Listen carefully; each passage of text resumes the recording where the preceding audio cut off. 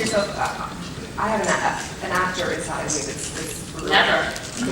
So how did you fall into acting? I was actually just going to school in Los Angeles, and I had a friend who said you should audition for this Greg Rocky movie. They really want you, they want someone who looks just like you, your height, your color, your blah. And then I said, where is it? And he said, it's in the valley. And I said, I don't want to drive into the valley. It's like a half an hour away. It's trouble for me. So Amy Blue, the character, I don't know if any of you have seen it, but she's very like, which was very much like me, pretty much. So I went and I got the role, and I had no idea what I was doing, but I used to read, I read all the time growing up, and I used to just pretend I was the different characters in the books. So I had no idea, dear God, I had no acting training, so I'll just pretend like I'm in a book again. And I got an Independent Spirit Award for it. I didn't go because I didn't know what it was. It's like the Independent Oscars. They made me go to Sundance. I said no because I didn't know what it was. And then, eventually I went, and lawyers were giving me their cards, and I was like, screw you, you old creep. I didn't know that actors needed lawyers. So that was how I accidentally got to do what I was doing. So I had a really odd career. I've quit a couple times just because it was never like, I just didn't, I didn't come from a small town in Iowa. I was that, God damn it, I need to be famous. A lot of people have this kind of hole inside of themselves that they think is only going to be filled by having kind of outside recognition, and I've never really had that. So my career's been odd, but interesting. We agree, yes. I'm going to throw it out to the audience and start thinking of your questions right about now. What was it, speaking of the Doom generation, right. Speaking of the Doom generation, what was it like working with Greg Araki? He's so interesting. Greg is so interesting. It's really funny. I was at Yogurtland the other night, and I parked in an area that I wasn't supposed to park in just because I was like, I don't feel like going back to parking where the regular parking is. And all of a sudden I see him, and I jump out of my car, and he goes, oh my God, I was just wondering, who's that asshole in the Porsche? It's you. I know that is. That's pretty much like Greg. There was no ad-libbing in the movie, so I had to say lines like, so I know there's no kids here, look, you fucking chunky pumpkin head, or things like that. And again, I was like, how am I going to, Amy Blue, this character will only fly if I make it sound like she talks that way every single day. So I did. Working with Wes Craven was amazing. He's really interesting. He grew up in Ohio as a Baptist, and he grew up speaking in tongues. So he and I had a kind of I didn't speak in tongues, but we had a really religious background. So we really bonded on that, and he was also a professor at one point. And what's really interesting about him is that one day, he had no directors in his family, he just decided, I'm going to be a director. And he moved his whole family to New York, drove a taxi, and worked his butt off until he became Wes Craven. And I have to say, I thought all film sets were going to be like Scream, where you just had so much fun, and it was really a special shoot. Sometimes certain sets just have like fairy dust on them. And I thought they were all going to be like that. And then I went to my next movie, and I was so excited, and I was like, it's not the same thing. There's no Wes Craven here. And he's a really unique and lovely gentleman, and very smart. Were you a fan personally of like horror films before you got involved in that movie, or his work even? No, and I had to reference a lot of different movies, and I had no idea what I was talking about. Just like I had to reference a lot of different sexual things in the Doom generation, and I had no idea what I was talking about. People say, you're so brave, and I was like, thanks! I did a DVD commentary last year, and I was like, oh my God, and I kept punching Greg. I was like, I can't believe you made me say that! I had no idea what I was talking about, though. So everyone thought I was this badass, but I was really just stupid. Hey, Ruth, welcome to Toronto. Thank you. What was your time like as Paige on Charm for 4 or 5 years? My time as Paige on Charm was, thank you.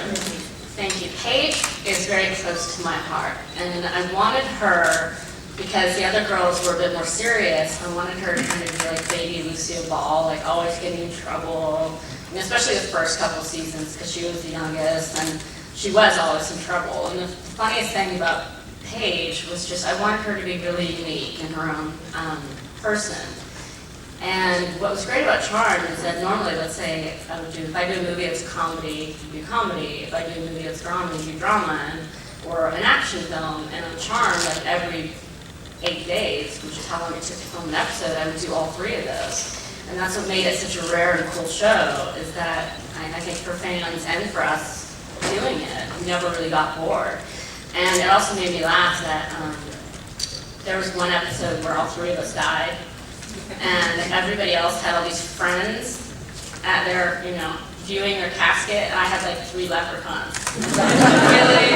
Really, that's all you can spare is 3. No one likes Paige, man. I loved her. Yes, you. I just want to know how medically accurate was the machine gun prosthetic? It's as accurate as my real one. That was great. That was actually, the way I did that, I had a 5-pound cast strapped onto my leg. I had my toes strapped to my shin, like in a V, and I had a ball bearing put on the bottom of my shoe. And then on the other side, I had a 4-inch high heel boot. And I had to run as fast, jump farther, shoot people, do everything with this giant cast on that was almost felt like cement. It wasn't a normal cast. It had LED lights on it for them to do, all the special effects. And it was really cool the way they did it, because Robert Rodriguez, who did the movie, when he wrote it, there weren't the special effects invented yet. But he has a special effects team at Troublemaker Studios, and so they just had to invent it for it. And if I walked by this microphone, they would have to paint out the microphone, paint out my leg, draw the microphone in, draw the machine gun leg. It was like literally, if I walked past you, they would have to erase part of your body, and then because they'd erase my body, then put the gun leg. It sounds as convoluted as it is, but it was. I wished for a machine gun leg almost every day. Yes, Scream. What's your favorite scary movie? I'm not gonna lie, I am completely biased. Cut Casper, that's a wrap. I think that one's my favorite. That and The Omen. It's terrifying. And a friend of mine had a baby recently. I'm not gonna ever say who it is, but the baby looks just like Damien. Yes, friends. What was your favorite episode in Charmed?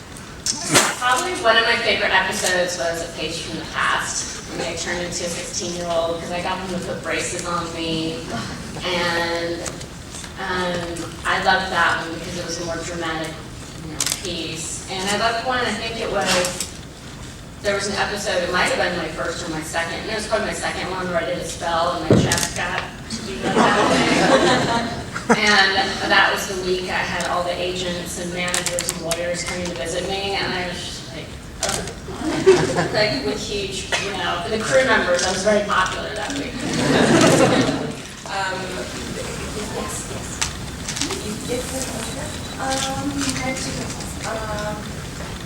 Are you still in touch with or friends with Holly and Melissa? Holly and Melissa we talk, and we definitely talk a lot on Twitter, which is funny that, friends that you talk to on Twitter almost more than you do through text or email or something like that. Alyssa's kept a pretty low profile since having her baby, and Holly's got 5 million kids, but she's still out there. She's a mama, and I have dogs. But she's, I do, we definitely do. Holly's great. And I guess she did her first convention last month or something like that. So hopefully we'll get to do it together at some point. And this is a bit of a reunion as well with Julie Benz being here. That's true. Julie Benz was here from Jawbreaker. Marcy. That is such a fantastic film. That movie's hilarious. Was it fun to make? Is it? Yeah. Yeah. I understood what I was talking about. That was a step forward for me. Did you have the experience of kind of Mean Girls at your high school at all? Or? Oh, completely. Yeah. But the thing is that, a lot of times if you have kind of a mean girl situation in school or a mean guy situation, you some people I think secretly kind of want to be like that person. Not mean, but they think they're cooler, and I never did. I was like, you people are dorks. You're so wrong that you think you're cool. You're so wrong. And so whenever they were mean, because in Oregon, it was really weird. I lived half the year, 1 year in Oregon and 1 year in Colorado. And in Colorado, everybody at school was like, oh, you're so blah, blah, blah, blah, blah. And then I would go to Oregon and people there who looked like Tommy Harding, you know, honestly. I don't care, fuck you, Oregon.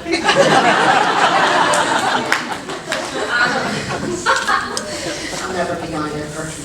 Those tomatoes at me. And they were like, you're the ugliest thing I ever seen, you know, every day. And I was like, thank you, sir. That's so polite, so kind. You've been raised so well. You know, and that's basically how I would speak to them. And I just knew I had to, yeah, there was a lot of mean girls, so it was funny playing the one that was the mean girl. I had a lot of studying that I'd done of those people, so I knew how to play her very well. Yes. Is there someone that you're looking forward to in the future that you really want to work with, regardless of the genre? God, it'd be cool to be in Game of Thrones, wouldn't it? Oh, yeah. I could see being a sorceress or something like that. I like that woman that, I don't know her character's name, but she gave birth to like the smoke baby. I could do a smoke baby. I could do smoke twins. I mean, you have worked with some pretty amazing directors. Can you talk about Quentin? Like, what he seems like? So I'm gonna say, I want you to, yeah, okay, action. How does he approach you? He met you at a party, is that right? Yeah, well, Quentin's a known foot fetishist. And he met me at a party and he's like, I have you on the laser disc and there's this great shot where your face is kind of in the background, but it's a tight close-up of your feet. Okay, and even in Death Proof, my name, Sydney Poitier, she's the girl that's in it, not her father's also named Sydney Poitier, but the girl Sydney is in it, and she has her feet up on the dashboard in the car, and my name in the credit comes over her feet. Hand skate feet. Clearly, they captured his imagination. Quentin captures his imagination to a T, you know, and people say, what's he like to work with? I mean, what you see with Quentin, if you've ever seen an interview with him, that's exactly what he's like. You know, he's really fun and really high energy, really exacting. He definitely knows what he wants. So then you do get a very distinct image of what he needs out of it. Does it make it easy to? It does for me. I notice when some people don't quite understand what he wants. He has a very specific language, and if you understand his language and how to speak in his language, then you're pretty much just left to your own devices to do what you want to create. If you don't understand the rhythm, then you can get kind of frustrated, which I can understand because the words are his babies. He loves words, and he's damn good at them. If you don't mind asking, do you still like the Marilyn Manson? I don't, and not out of anything else. I would say he's the smartest, funniest person I ever knew. Wow, I've done about 5 songs for different soundtracks and things like that, and I was recently signed by Dolly Parton's manager singing, so I'm probably going to go to Nashville in the next month and a half. And I sing kind of stuff like, never knew how much I love you, never knew how much I care. But when you put your arms around me, I get a fever that's so hard to bear. You give me fever. That kind of stuff.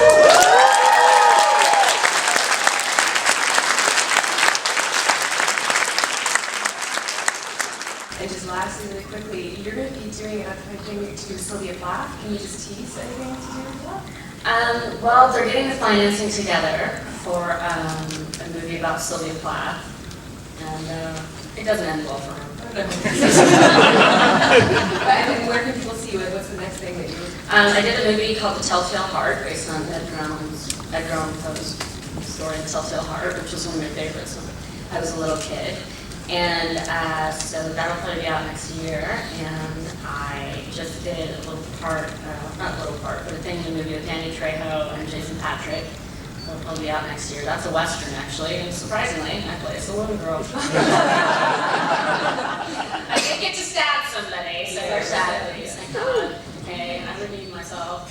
Amazing. Such a pleasure having you here. Give it up for Rose.